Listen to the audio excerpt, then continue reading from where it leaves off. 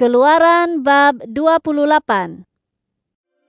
Hendaklah kamu suruh abangmu Harun dan anak-anaknya, yaitu Nadab, Abihu, Eleazar, dan Itamar, tampil daripada kalangan orang Israel untuk menunaikan tugas sebagai para imam bagiku. Hendaklah kamu buat pakaian peribadatan yang suci untuk Harun, abangmu, sebagai lambang kemuliaan dan kehormatan. Hendaklah kamu berbicara kepada semua warga bijaksana yang telah kukurniai kemahiran, dan suruhlah mereka membuat pakaian Harun agar dia ditabiskan untuk menunaikan tugas sebagai imam. Inilah pakaian yang harus dibuat mereka: penutup dada, baju efod, jubah bersulam, serban, dan ikat pinggang. Hendaklah dibuat mereka pakaian suci itu untuk abangmu Harun dan anak-anaknya, supaya mereka dapat menunaikan tugas sebagai imam. Hendaklah digunakan mereka kain berwarna biru, ungu, merah menyala, kain benang emas, dan kain linen halus. Hendaklah dibuat mereka baju efod daripada emas, kain biru, kain ungu, kain merah menyala, dan linen halus yang dipintal, buatan seorang pereka bentuk yang mahir. Hendaklah pada baju efod itu dijahit 2 tali penutup bahu yang bersambung di kedua-dua hujungnya, sehingga baju efod itu tersambung. Hendaklah disulam juga ikat pinggang daripada kain benang emas, kain biru, kain ungu, kain merah menyala, dan linen halus yang dipintal yang bersepadu dan sedondon dengan baju efod itu. Hendaklah kamu ambil 2 biji batu permata oniks dan ukirkanlah nama anak-anak Israel. 6 nama di atas batu permata yang satu, dan 6 lagi nama selebihnya pada batu permata yang kedua, menurut urutan kelahiran mereka. Ukirkanlah nama anak-anak Israel di atas kedua-dua batu permata itu, sebagaimana tukang permata mengukir materai. Lalu lilitlah batu permata itu dengan ikatan emas. Letakkanlah kedua-dua batu permata itu pada kedua-dua tali penutup bahu baju efod sebagai permata peringatan bagi anak-anak Israel, dan Harun hendaklah membawa nama mereka ke hadirat Tuhan di atas kedua-dua tali penutup bahunya sebagai tanda peringatan. Ikatannya hendaklah dibuat daripada emas, dan 2 untai rantai daripada emas tulen, terjalin seperti tali. Setelah itu, pasangkan jalinan rantai itu pada ikatan batu permata tadi. Hendaklah kamu secara mahir membuat penutup dada yang digunakan untuk mengemukakan keputusan hukum. Sama dengan baju efod, penutup dada itu hendaklah dibuat daripada kain benang emas, kain biru, kain ungu, kain merah menyala, dan linen halus yang dipintal.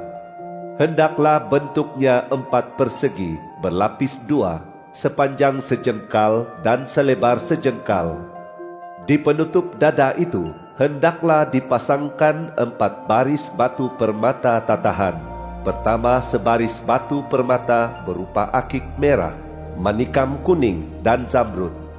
Di baris kedua, batu permata firus, nilam, dan intan. Dan di baris ketiga pula, zirkon yakut, akik putih, dan kecubung.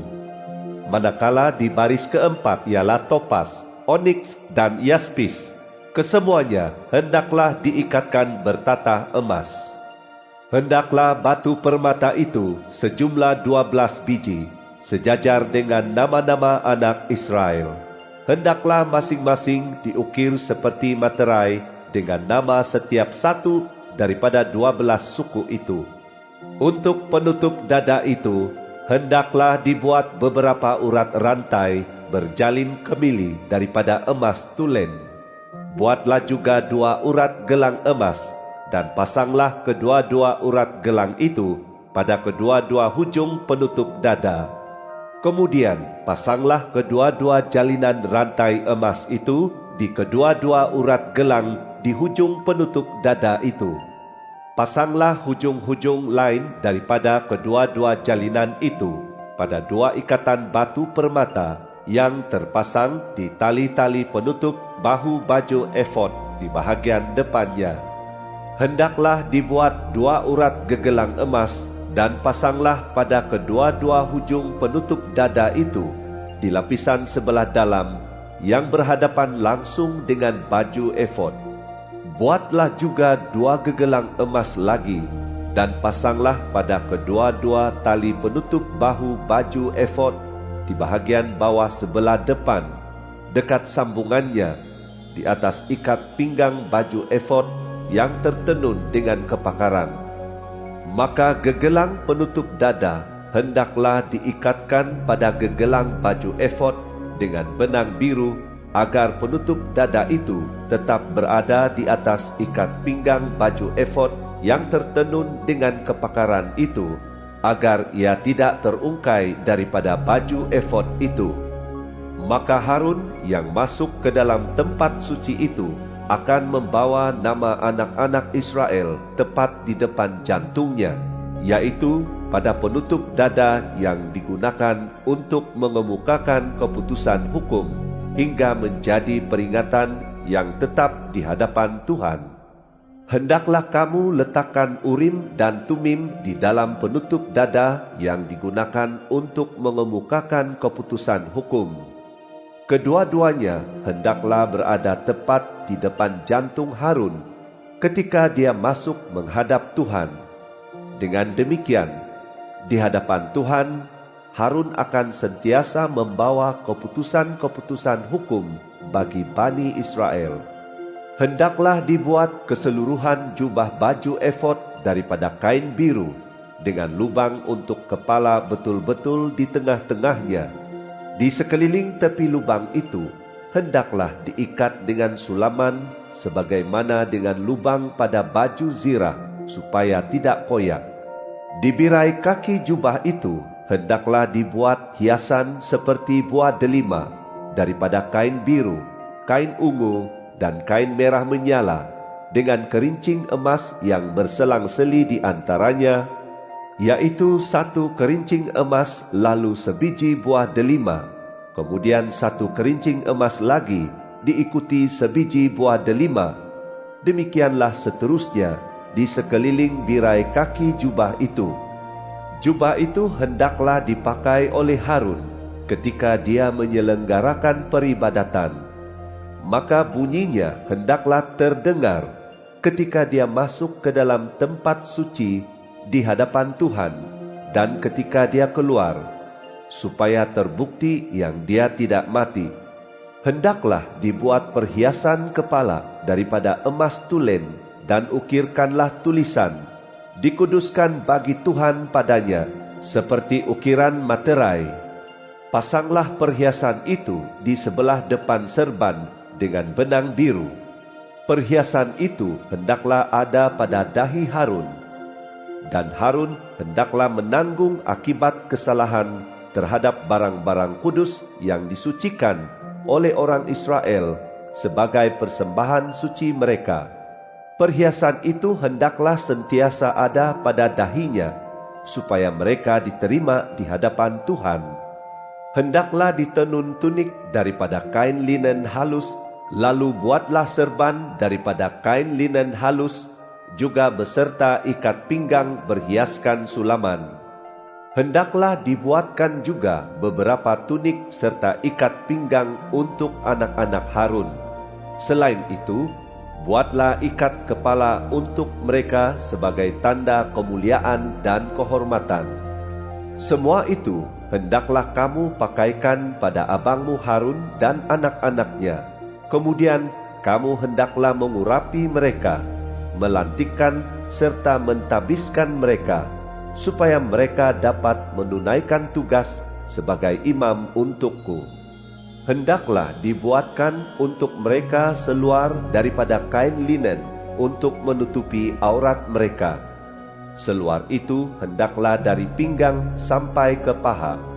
Pada waktu Harun dan anak-anaknya masuk ke dalam kemah pertemuan, atau pada waktu mereka menghampiri mazbah untuk menyelenggarakan peribadatan di tempat suci, mereka hendaklah memakainya supaya jangan mereka mendatangkan kesalahan atas diri mereka sendiri lalu mati. Itulah ketetapan yang berkekalan baginya dan keturunannya untuk selama-lamanya. Keluaran bab 29. Hendaklah kamu lakukan ini untuk mentabiskan Harun dan anak-anaknya, agar mereka dapat menunaikan tugas sebagai imam bagiku.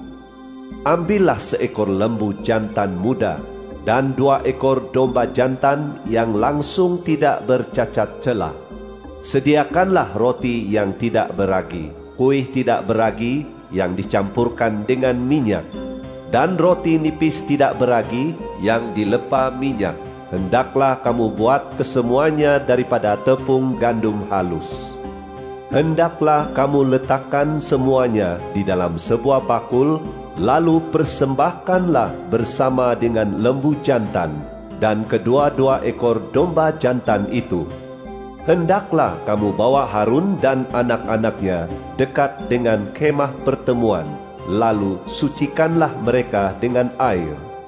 Kemudian ambillah pakaian keimaman dan pakaikanlah Harun tunik, jubah baju efod dan penutup dada. Ikatlah pinggangnya dengan ikat pinggang efod yang tertenun dengan kepakaran. Kenakanlah serban di kepalanya dan sematkanlah mahkota suci pada serban itu. Seterusnya hendaklah kamu ambil minyak tabis, curahkanlah ke atas kepalanya dan urapilah dia. Dan hendaklah kamu bawa anak-anaknya, lalu pakaikanlah tunik pada mereka. Ikatkanlah ikat pinggang pada mereka, yaitu pada Harun dan anak-anaknya, dan lilitkanlah ikat kepala di kepala mereka. Maka jawatan imam itu akan menjadi milik mereka melalui ketetapan yang berkekalan untuk selama-lamanya. Dengan cara demikianlah kamu hendaklah melantik Harun dan anak-anaknya. Hendaklah dibawa lembu jantan tadi ke hadapan kemah pertemuan. Lalu Harun dan anak-anaknya harus meletakkan tangan di atas kepala lembu jantan itu. Sembelilah lembu jantan itu di hadapan Tuhan, di depan pintu kemah pertemuan. Kemudian hendaklah diambil sebahagian daripada darah lembu jantan itu, dan dengan jarimu sapukan darah itu pada tanduk-tanduk mazbah, dan hendaklah semua baki darah itu dituangkan ke kaki mazbah. Hendaklah kamu juga ambil kesemua lemak yang menutupi isi perut, umbai hati, dan kedua-2 buah pinggang dengan lemak yang melekat padanya, lalu bakarlah kesemuanya di atas mazbah. Tetapi daging lembu jantan itu, kulit dan najisnya, hendaklah kamu bakar sampai habis di luar perkemahan.